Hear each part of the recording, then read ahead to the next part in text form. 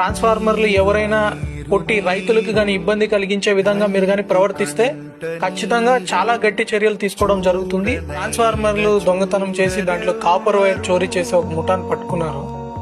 దీంట్లో 4 ముద్దాయిలను అరెస్ట్ చేయడం జరిగింది.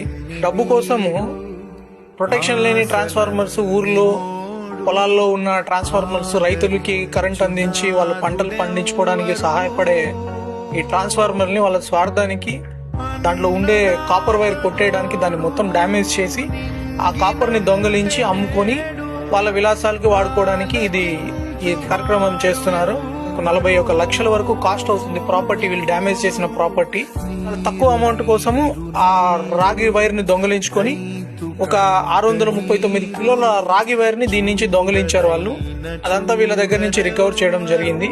ప్రాపర్టీని కొన్న రిసీవర్ ని కూడా అరెస్ట్ చేయడం జరుగుతుంది. సో వీళ్ళ మీద మొత్తం 16 కేసుల వరకు రిజిస్టర్ అయి ఉన్నాయి.